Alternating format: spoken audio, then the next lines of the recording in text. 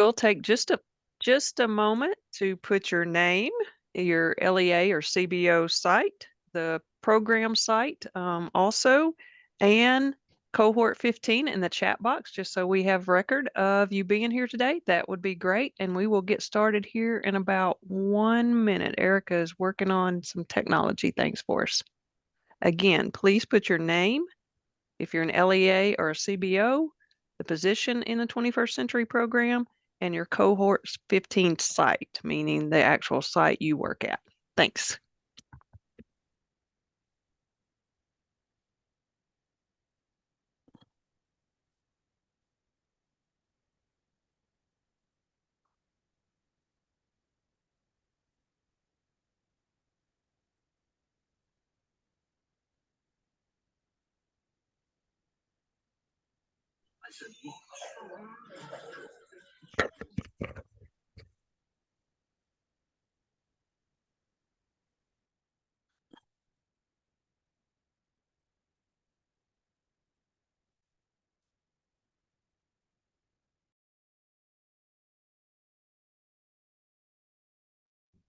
All right. Good morning, everyone. I'm Annette. Of course, we know each other by now, and congratulations on coming to the end of your cohort, the closeout, which is the most exciting part because you have accomplished amazing things. The data is showing us that.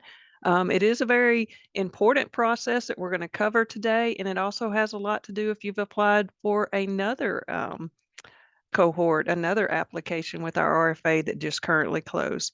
So again, if you will take a moment to put your name, if you're an LEA, a CBO, the site, and your job title in the chat so we have record of that, that would be wonderful. At this time, I'm going to turn it over to Alicia, who is going to present our closeout today. Alicia? Good morning, everyone. Good morning. We're going to go ahead on and get started. And if I'm going to ask Erica, if she doesn't mind flipping the screen so that we can see the actual presentation and not like the thing tells you what's coming up next.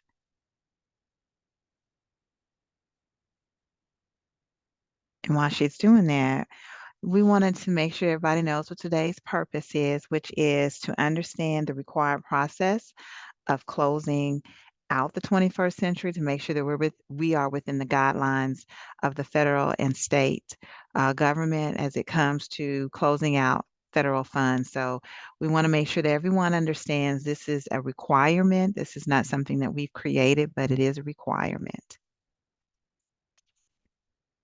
So we're going to Are talk you about seeing the right screen now? Sorry. I am. Yes, Okay, thank great. you. So we're going to talk about the closeout process. There are three areas of concern that we want to talk about when it comes to the closeout process. And Erica, if you don't mind moving us to the next two slides. There we go. All right. So there are certain specific forms that we have to have completed that we have to have documentation on. It is a requirement. We'll go into more details of what those documents are.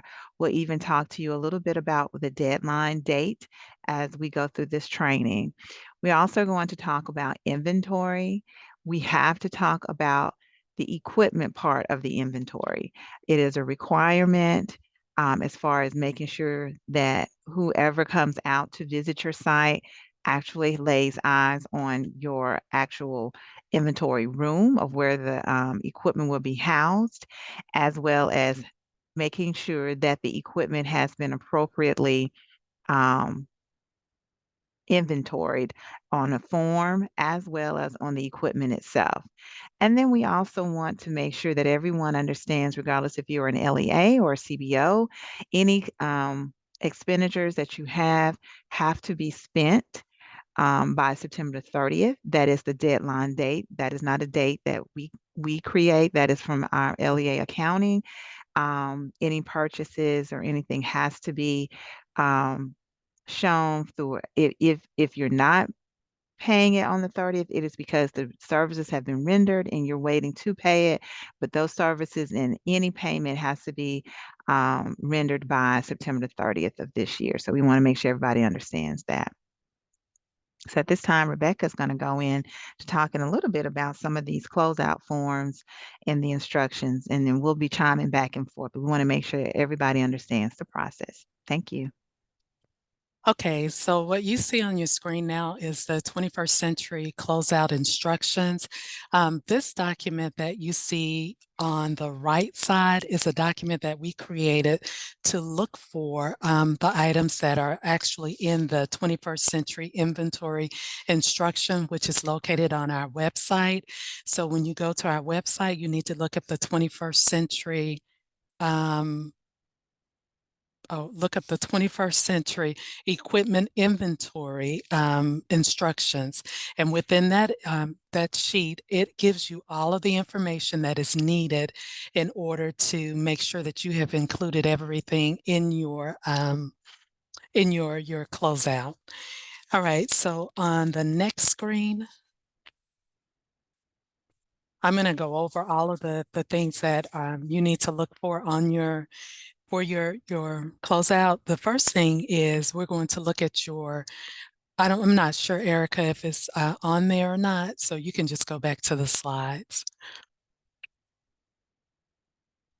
But the first thing that we're going to look for when we come out to your school or when we get ready to check off your closeout document is your written narrative. Next page, next slide. In your written narrative, that's the first thing we're going to look for. But within that narrative, there are certain things that you must have in your narrative. The first thing is that you need to have the retention and the storage of the records, reports, files, and documents. So you need to make sure that these items are maintained for at least 5 years within your site, so that if there's an audit and they need to see anything that's related to your grant period during this time, that you have those files and you have to have that on file for 5 years. The next thing that we're going to look for in your narrative is that you indicate if the program, if you all applied for cohort 17, or if you will continue your extended day program.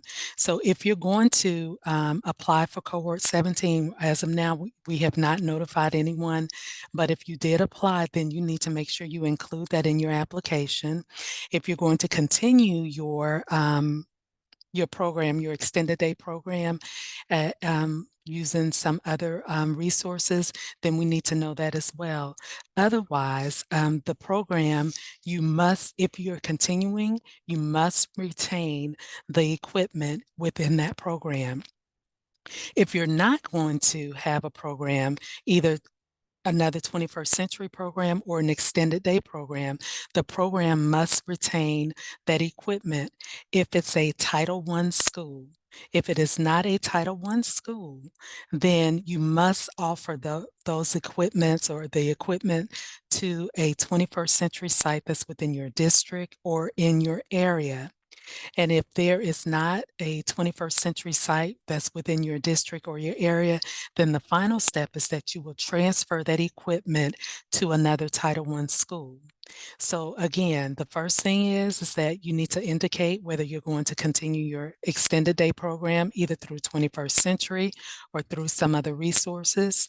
The next thing you need to do, if you are a Title I school, you maintain that equipment on site. If not, if you're not a Title I school, you transfer it to your nearest 21st century site. If there is not another 21st century site within your district or your area, then your final step is that you will transfer that equipment to another Title I school. But for those steps, before you do any of that, you need to make sure that you have completed your closeout with your TA first. So no equipment should be transferred until your closeout has been completed. And then finally, in your narrative, the last thing that we're going to look for is that if you have equipment that you had to dispose of, you need to make sure that you have your disposal process outlined in your narrative. And one other thing that I need to reiterate as far as your equipment that you have to dispose of, there are two types of equipment. One is for your lost items, and all of this is on the document that's within the 21st century or on the 21st century website. If it's a lost item, then it is your responsibility to find that item. Otherwise, you are responsible for paying for the lost item, and you can't use grant funds or replacing that item. So if you've lost an item, then you need to make sure you do your due diligence to find that item. And then if you can't find that item and it's considered lost, then you need to make sure that you replace that item, and you can't use Title I fund, I'm sorry, grant funds to replace that item. But second, if the item is stolen, then that piece of equipment, you must have a police report on file for that stolen item. Your school resource officer can do this for you. So if you have a stolen item, you need to make sure you've indicated that that item has been stolen, and you must have a police report to go along with it. All right, next slide. We're going to talk about your inventory. So on your inventory list, this file or this document you should submit a copy of your inventory list. Next slide, please. It should be, wait a minute, let's go back one. Rebecca, if you don't mind, can I chime in right here on okay. this I'm one? sorry. Go ahead. That's okay. And I'm going to share with you all the document that we're going to talk about here. And then she'll pick right back up. Can you all see my document?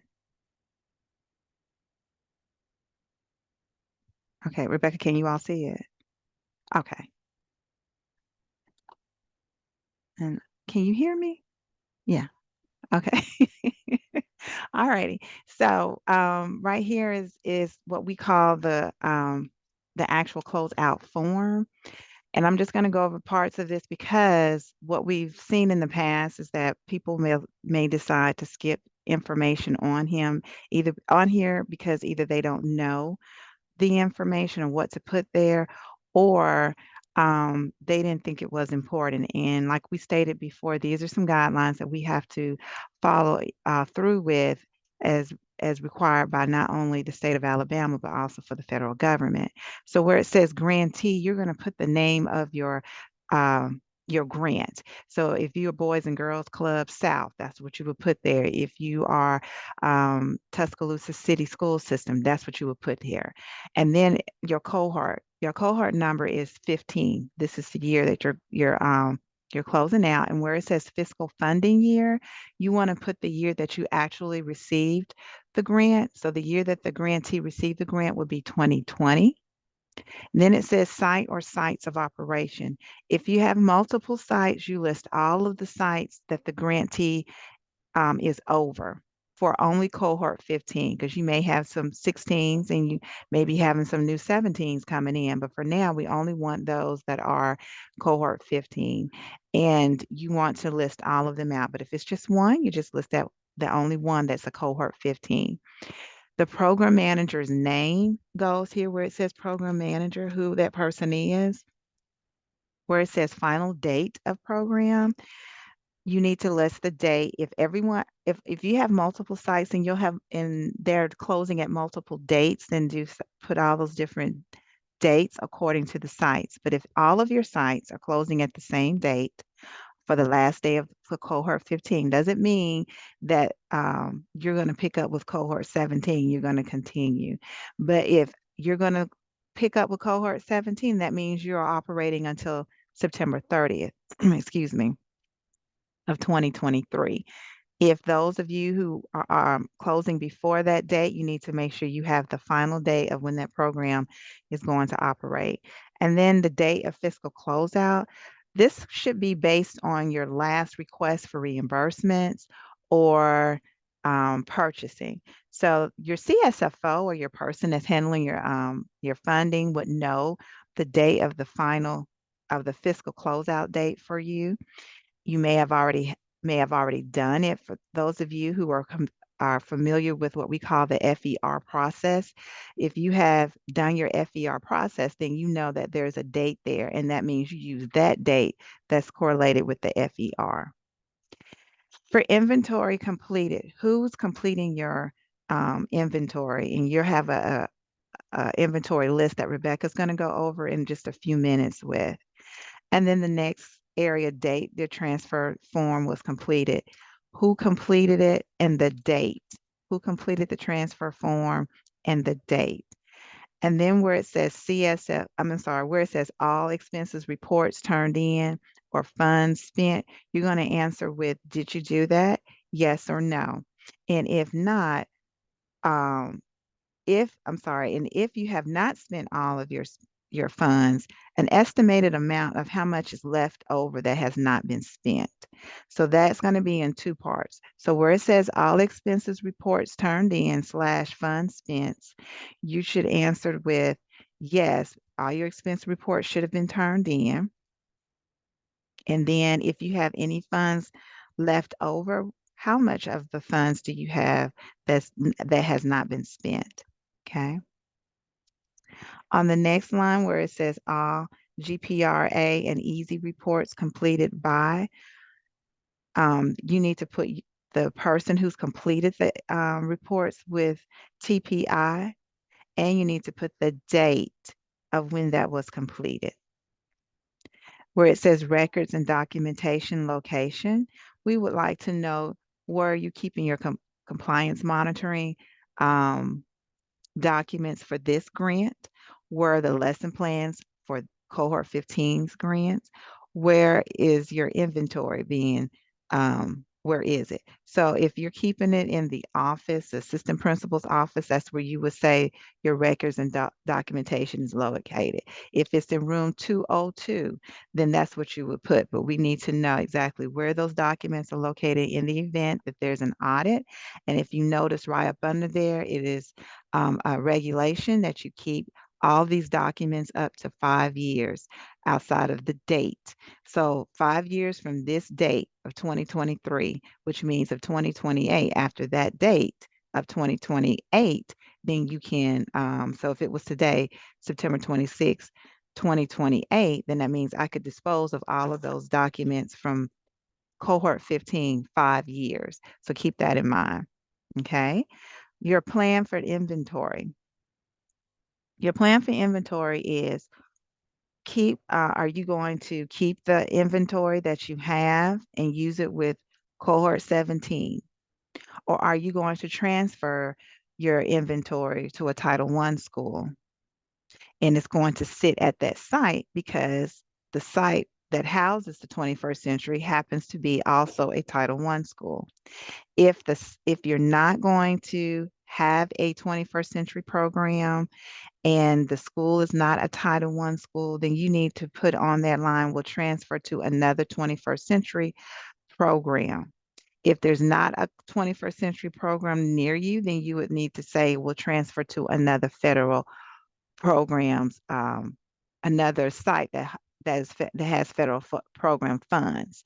So those things that Rebecca talked to you about when it comes to transferring equipment, this is where you're going to put your plan for your inventory. What is your plan for your inventory? Are you going to keep it for use for your new cohort because you have applied for Cohort 17? Or are you going to transfer the inventory because the school that you're currently at for the 21st Century program is a Title I school? Or if the site where you are is not a Title I school and you're going to transfer it to another 21st Century program because there's another one in your district, you can transfer it there. Or if there's not another 21st Century site and the school is not a Title I school, then you would say you're going to transfer it to another federally funded site. Where it says, oh, I need to scroll down, I'm sorry. Where it says closeout official or title, who is the person that's doing the closeout for your Cohort 15 and their title? And then they can sign and date. And that is as far as this goes. So all of the information that I just went over should be completed prior to your visit. And we'll talk a little bit more about that. But just note that where it says technical advisor and witnesses, that will actually be completed by your TA when they come out for the actual visit.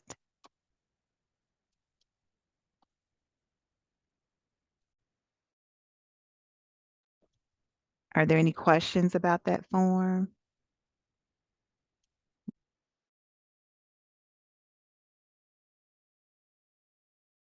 Rebecca, would you want me to share any other forms as you go over, or are you good? Yes, well, I need you to just go to the inventory list, but hold on just for a second. There's a question in the chat box, Okay. and it is, and I can't see it. Hold on just for a second. Says, quick question, if you're paying staff this month, we won't know the exact amount taken left over, if any, until payroll runs on October 1st, with our payout on October 6th. At that point, hold on a minute. At that point, we would have a definite number. Is this correct, or do you want us to put a potential range of what would possibly be left? Our payroll is from September 15th to September 29th. And I can't see all of the question. I think that was it. So if it's possible, while you're talking, I'll go in and answer that because I need to look Okay. at that question again. I'm sorry, I didn't have my screen up. I was trying to Okay. get the other screen. That's okay. And then there's one other question. This one is, we cannot fill out the form until after September 30th, correct? Which form is that? The one we just went over? Yes. No, it should be able to be completed now. You should have an idea of when the other information is in. Complete as much of it prior to September 30th as you can, as far as um, I pro I pro the other parts of the form. So you should know, a lot of the information. If something is going to be conflictive because you need the September 30th date, then hold off on those parts. But for the most part, you should know, about transferring your equipment, where is it going to go, your plan, your equipment, all of that should be able to be completed. You don't need to wait on any of that. If you need to wait, I would suggest, and we'll talk a little bit more about it, but if you need to wait, that's a conversation that you may need to have with your TA. But for the most part, you should be able to complete this prior to. Okay, so now we're going to talk about the inventory equipment list. Okay, you must submit a copy of the inventory list for each year of the current grant cycle. So there should be an inventory list for 2020, 2020, 2021, 21, 22, and 22, 23. So that list must be submitted with both purchase orders and paid invoices that correlate with the equipment that is on that list. Remember that on this list, this inventory listed is for equipment only, no materials and supplies. So those things that, that you're going to run through, like markers and paper, pencil, things that will not remain the same as when it was purchased. Those items are not on here. The things that need to be listed are Chromebooks, iPads, things of that nature, or the items that you will list on this equipment list. This form, like I said, should include the purchase orders and the paid invoices that correlate with all of the equipment that is on here. Let's just kind of look at this list for a moment, or the sheet. The first thing that you're going to do is up at the top, there should be one, like I said, for each year of the grant, so 3 years. Then you're going to have the name of the grantee and the site that is served. Then you're going to have how many pages if you have more than one page. And then down at the bottom, these items must be completed for each one of the items that you have. A description of what the equipment is, the serial number, not a number that you've given for that particular item, but if you look on the back of any of the equipment that you receive, there is an actual serial number on the back of that piece of equipment. So that number or model number is what should be included in that second section. The purchase order number. Remember that I said that the purchase orders have to be included with this inventory list. So make sure you have that purchase order number and the date for which it was ordered. Over on the right-hand side, because individual items have individual serial numbers, you should not have more than one item in that box because each individual item has a different serial number or a different, they may have the same model. No, they don't have the same model number. So the quantity should be one. If you have to list them all out, then you must list them all out. But this is something that should have been done on a yearly basis. So all you have to do is pull this sheet and everything should be completed correctly on here already. The cost per item. So you can list that cost per item, but if you have multiple items, then you can just, draw a line and indicate or do the dittos to go down to say that that item costs the same amount and then the total cost. Location of the equipment at the school or site. Remember that on this sheet, when you should have a place where you have all of your 21st century items stored. So we need to know exactly where that equipment is being stored. And if you had to dispose of it, what date did you dispose of it? What was your disposal method? Remember that that's something that should be, a narrative should be included in your written narrative as to what your disposal process is. So when you tell us over on the right-hand side, however you disposed of it, if it was lost, if it was stolen, I should be able to go back in that narrative and read that information and understand how or the method for which you used to dispose of that item. And then down at the bottom, the inventory was checked um, on what date and by whom. You need to make sure you have that person's signature and that person's title on at the bottom. And then up in the top right-hand corner, there's a page number. Starting if this was your first page, this would be number 1 of, let's say, 3. And then after you've done that, then you'll do 2 of 3 and then 3 of 3. But all of the documents must have purchase orders and paid invoices to go along with them when you submit them. The next thing that you need to understand is that when we come out or when the TAs come out to do your closeout visit, the TAs will request, they will look at this form and they will request 3 items from each year of the grant. So it's a total of 9 items because the grant cycle was for 3 years. So they will ask for 3 items they can choose any item on there and just ask you to show them that particular item. And they're going to look for, of course, the description. They're going to look for the serial number, the purchase order number. It has to correlate how many it is, and then the cost of it. And all of that can be verified from this list to the purchase orders to the invoices. All right. And then one other thing that you need to know is that your TA has the option to do a virtual visit. However, you will be notified by your TA if they need to do a virtual closeout with you. And when they do that virtual closeout, they will notify you in advance of items from this inventory list that you need to have available for them so that they can tell you which items to have on that virtual call. Are there any questions on any of that so far? I do want to make sure, Rebecca, if you don't mind me input, just Okay, go ahead. giving that we do have this in a fillable format as well. I'm not sure if you mentioned that. And the rationale is that we really don't want it written because if we should need to um, do any type of auditing or whatever, and we're not able to read some of, like, especially the serial number, make sure that when you put your serial number, that it is actually the serial number that's embedded in the equipment, not the number that sometimes, our districts will give numbers that they have to keep up with equipment. But this is the actual serial number of the item itself. So those types of things, sometimes when we're writing, we may miswrite something or whatever. So we do have it in fillable format. We would prefer you to use the fillable format rather than to write them. right on the form.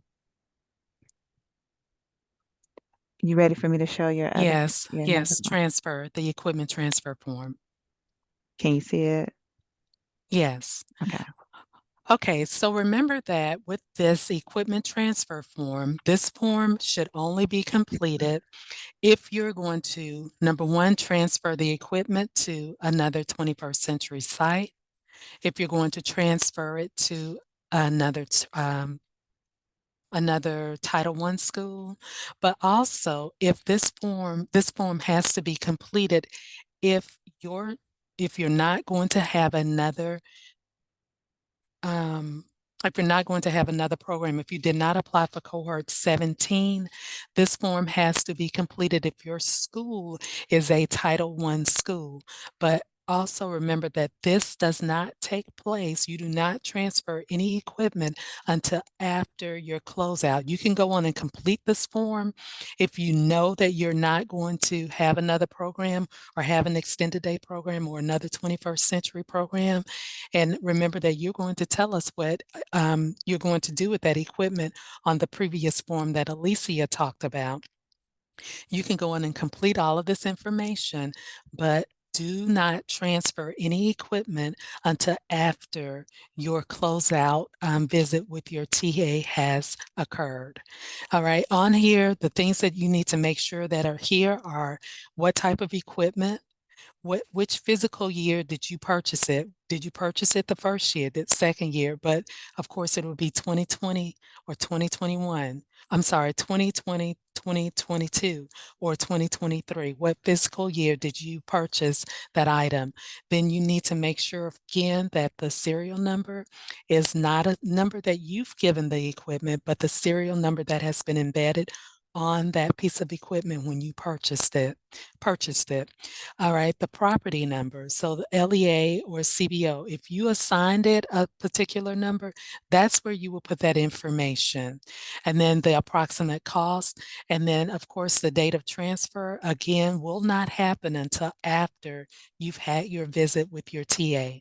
Down at the bottom, you're going to have the grant site official, the 21st century official. Who's the person that's going to be receiving, or what school or LEA will be receiving this equipment? And then you're going to have the signature of somebody to witness this equipment is being transferred. But also, you're going to have someone from the LEA or the central office. Well, it's going to be the central office representative signing below, indicating that they are aware that equipment is being transferred from one location to another location. Okay, are there any questions on this? All right. So now let's go to our next, the site visit view of inventory. This is something that I've already covered with you, and it's talking about when your TA comes out to your school, the things that they're going to look for. They're going to look for, number one, your inventory list.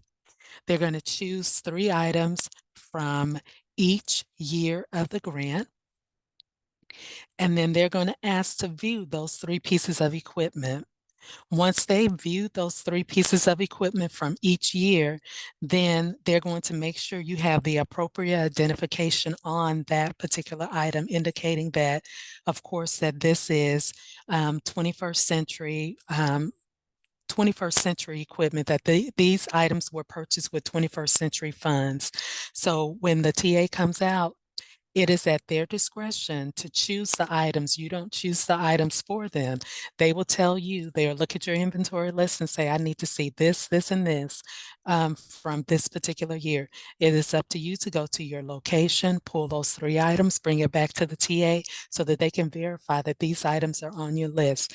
One other thing that you need to understand, that if the TA is not completely satisfied that, okay, you say, I have this, this, and this, but I can't find it right now, then they're at liberty to ask you for more than those 9 items, because we want to make sure that this equipment is being housed appropriately, and that if it needs to be transferred to another site, all of the equipment is accounted for. Otherwise, you must have an item, you must have like a police report for anything that's missing. Or remember that if it is lost, then it's up to you to find that equipment. But if not, it is up to you to replace that equipment, being the person that's over that particular site. All right, so viewing the equipment, like I said, on here, the inventory is selected by the TA from the inventory list. And then again, it is optional if the call or if your closeout is virtually, and the TA will notify you prior to that date.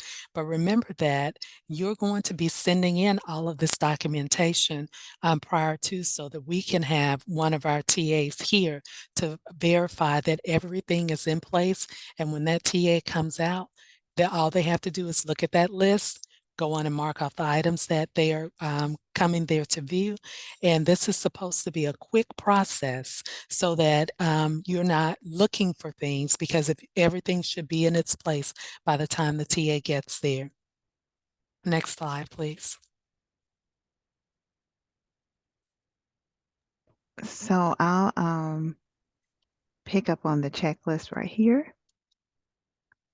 All right. So everything that Rebecca has talked about and that I've talked to you about is going to be on this closeout form. We wanted to make sure that you saw what the TA is going to be looking for when they come out to your site. Basically, they're going to put the grantee's name, Boys and Girls Club South Alabama, the site, maybe ABC School, okay? And then right here, they would check off yes, no, or not applicable. What we're suggesting to you, use this as your guidelines to make sure that you have everything that is ready for your closeout. So your TA is going to you, or you and your TA will look at, did you complete your closeout form? Did you do the written narrative? And I'm going to just, because earlier I didn't share this. Can you see this, Rebecca, the closeout instructions? Okay. I'm sorry, I didn't have this up for her to share with you, but this is what she's talking about. These are non-negotiables that you must have in your narrative. So we want to make sure that we pulled out all the instructions when it comes to that narrative. This right here is telling you exactly what's supposed to be in it. She's already gone over it with you, but I did want to make sure that you saw it, because it is uploaded on our website. So back to this checklist, you want to make sure that you have the written narrative. Um, all the information that we went into it is sitting right here on this line item. And then where it says complete and accurate inventory list, all of those different things that she just talked about, purchase orders, separated by years, making sure that all of that is there. Your written narrative explaining your inventory process, is that in your narrative? All of that is found in this section. And then when you get to the inventory form, it's the exact same information that she just went over with you.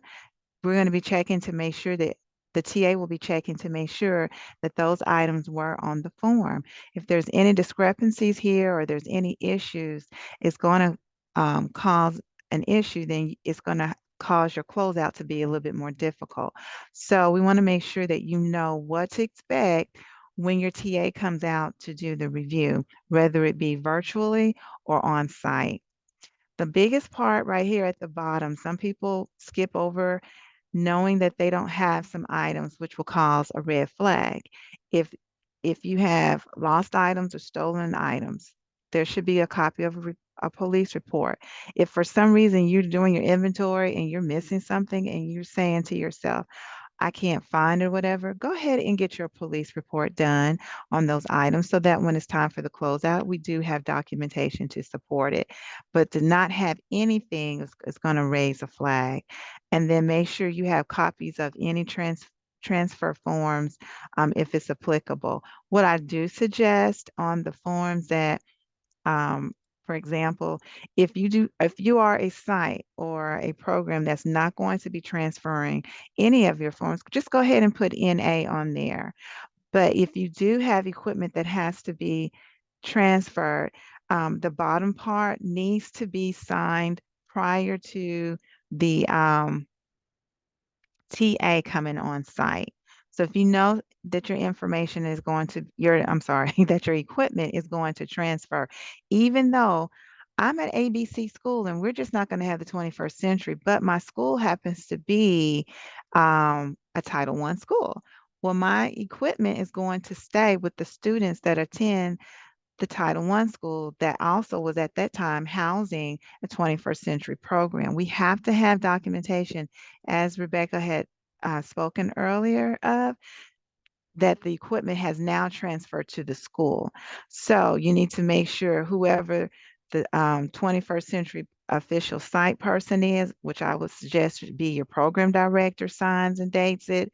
The person that's receiving the receiving school. If it's going to be ABC school, then you will put ABC school as the LEA that's receiving the equipment, and then a central office representative, not someone at the school, but a central office representative needs to sign off on it because they need to be aware that they are inheriting equipment so that they'll know their process of making sure they have their documentation to support that ABC school now has 21st century equipment and is not going to be following or going anywhere, and they need to know what's going on. So that's the rationale for making sure you have a central office representative to sign off on it. And then a witness who knows that this has happened and the date. The very bottom line, at the very bottom where it says signature or initial, the school official affirms that the school will continue to offer an after school program. That line is only if you know that you're going to continue to have an after school program, regardless if it's 21st century. If it's, I'm sorry, if it's not going to be 21st century, you're going to have some kind of other after school program that may be paid through the school, through Title I funds, or another grant opportunity came about and you're going to have an after school program. So if you sign at or initial, that's what you're saying. If you don't sign or initial, then that means that you're not having any type of after school program at that site where the equipment is being transferred for. So I just kind of wanted to make sure that you guys got the gist of that.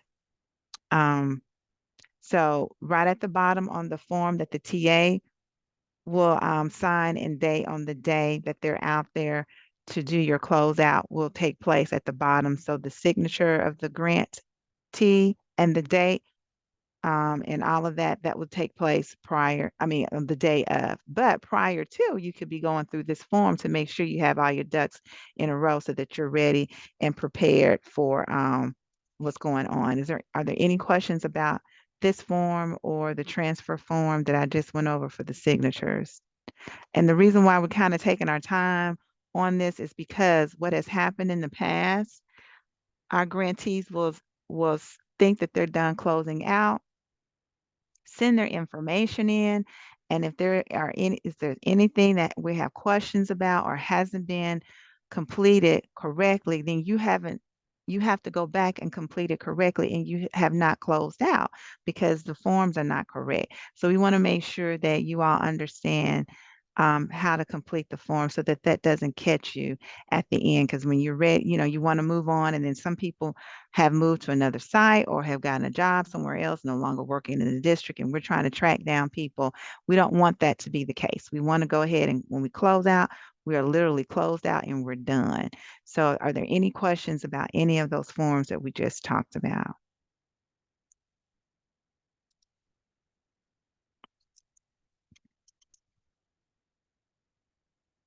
Okay, so Erica, if you don't mind, can we go to the slide that says compliance monitoring on it? Thank you. Alrighty, so part of closing out is also making sure that you have resolved any of your compliance monitoring that needs to be addressed. And that would have come from Annette. If there were any findings or recommendations, that should be all taken care of prior to the closeout. And so that's information that should have been uploaded into Cognia for fiscal year 23. So just know that compliance monitoring is a part of your closeout for cohort 15. So our next slide is going to talk a little bit about returning funds. If for some reason you have funds that are left over from cohort 15 that did not get spent and you applied for cohort 17, the funds for cohort 15 do not go into cohort 17. Whatever was not spent for cohort 15 has to go back to the state and federal government. So just note that any funds received from cohort that was not spent from cohort 15 does not transfer into a new grant. Next slide, please. Alrighty, so here are those documents that we talked about that are required for closeouts. The formal letter, you should have received a formal letter. If not, you will receive one from your TA, just letting you know about all of the information that we just talked about. You should receive, you should have documents to complete that says closeout instructions, equipment inventory transfer, your closeout form, and then last, the TA closeout checklist. That's for your knowledge for you to have to make sure you have closed out everything, but that is also a form that will be used when the TA comes out. Okay, Alicia, there's a Uh-huh. question in the box that asks if you purchase equipment prior to cohort 15 but continue to use it during cohort 15, do you still include it on the inventory form? That's no, you do not. Remember that any equipment that you had, it was on a previous inventory list, and that particular grant has already been closed out. Although you can still continue to use that equipment, it should still be labeled 21st century. However, the only equipment that we are going to be verifying are those equipments and equipment that has been purchased from cohort 15 only. Those are the only ones that should be on that inventory list. Okay. And one other question is, let me see. Anyone? Okay, I think, oh, Alicia already answered that. I'm sorry, Alicia. That's okay. It may have needed to be. Okay. One other question, if the equipment if it can't be located, if it's lost or stolen, we need a police report and to replace it with funds outside of a grant. No, if it has been lost and you can't find it, then yes, it has to be replaced. But if it has been stolen, no, you need to have a police report indicating that that equipment has been stolen, and that police report will cover you as far as the equipment is, as far as the stolen equipment is concerned. So the confusion may also be too that if it's lost, you can give a police report on a lost piece of equipment as well. Okay. Yeah. Okay. Thank you for those questions. Good questions. So our next slide is going to talk a little bit about the scheduling of it. First of all, we know that it is required that the closeout is scheduled with the program director. Now, if for some reason the program director cannot be present, there needs to be a designee, but it really should be the requirement of the program director who's overseeing all of the sites for the grant.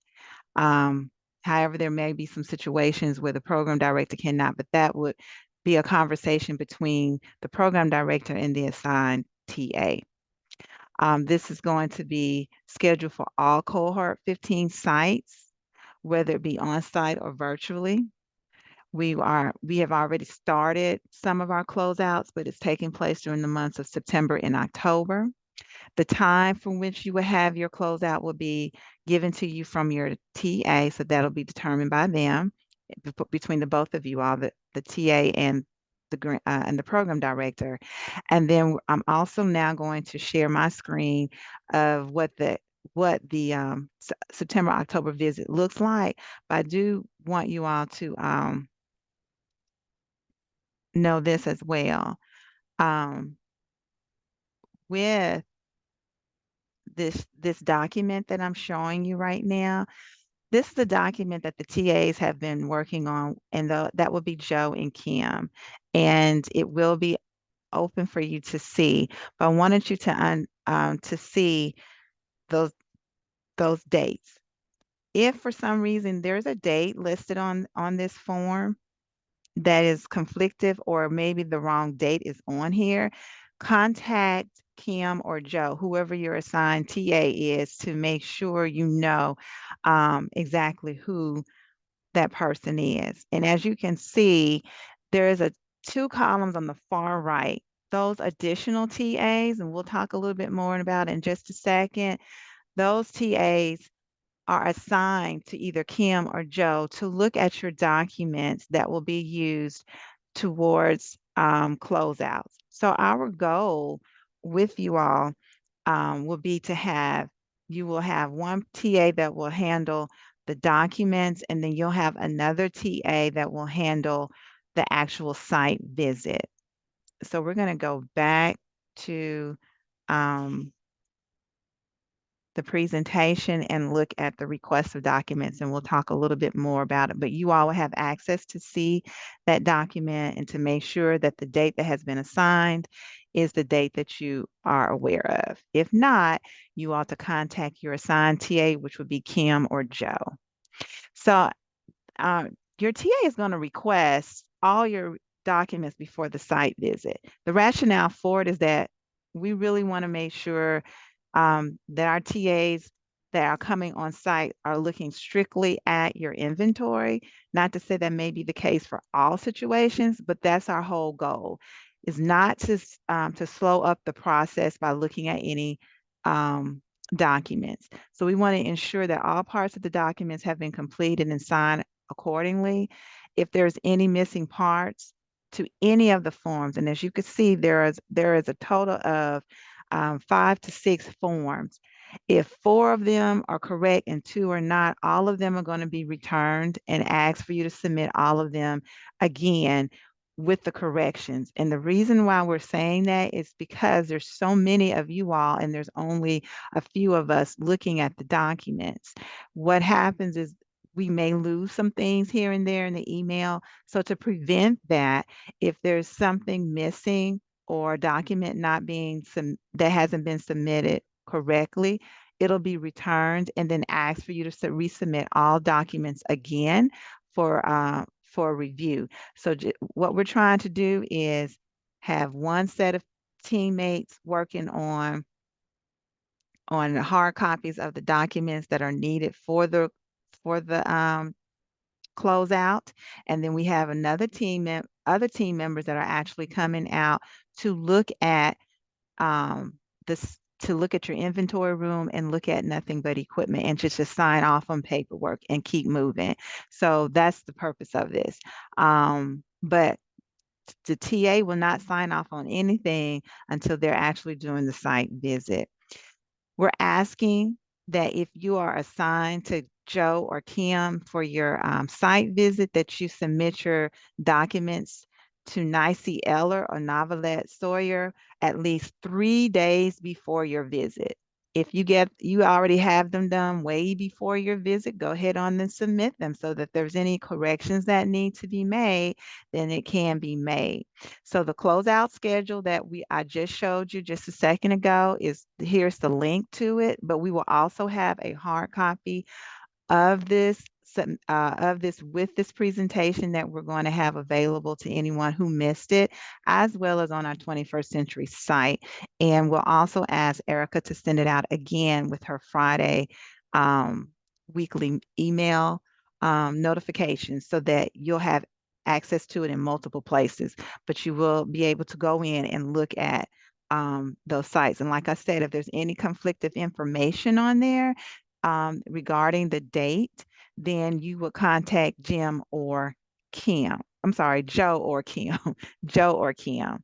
But any information regarding your documents, it'll either be Nicey Eller, because she will be assigned to Kim for all of your documents, and then Novelette Sawyer will be assigned to Joe. And so if you have any issues with your documents, which we have in this PowerPoint, their email addresses and all of that.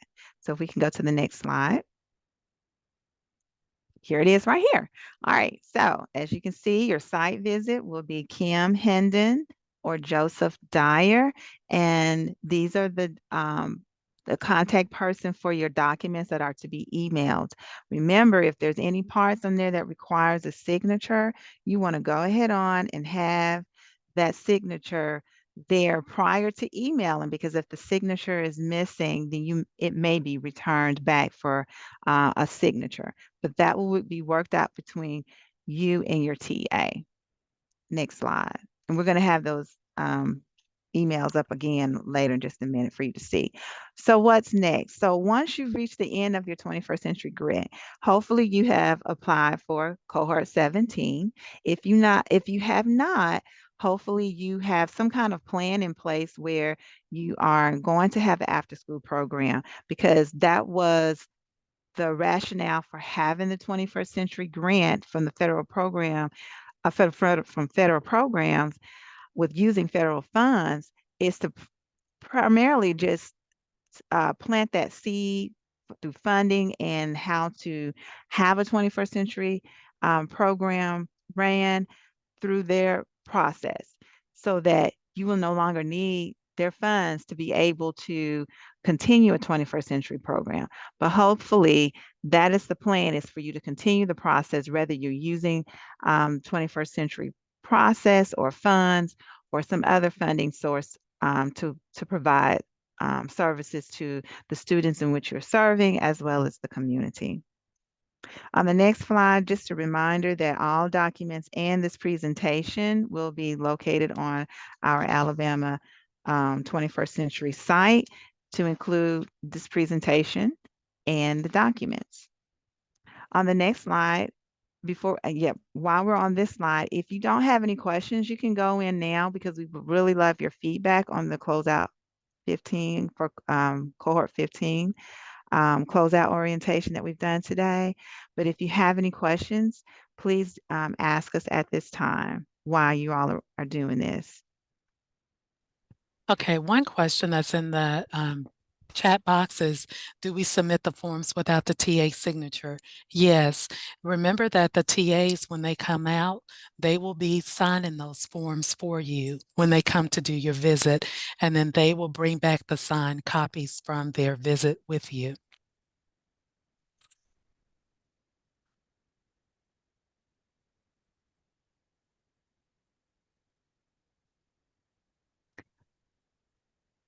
So while you're filling that out, completing the verifying that you've attended, as well as providing us with feedback, we're also going to put up the slide that shows the email addresses of those individuals in just a moment. But are there any other questions?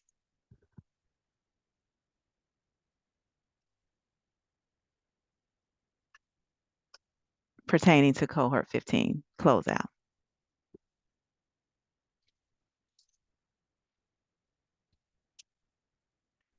If not, and you have completed the QR code, which has verification of your attendance and your feedback, which is really good. We want to make sure that we verify that every site that has a cohort 15 had a representative to attend the closeout training.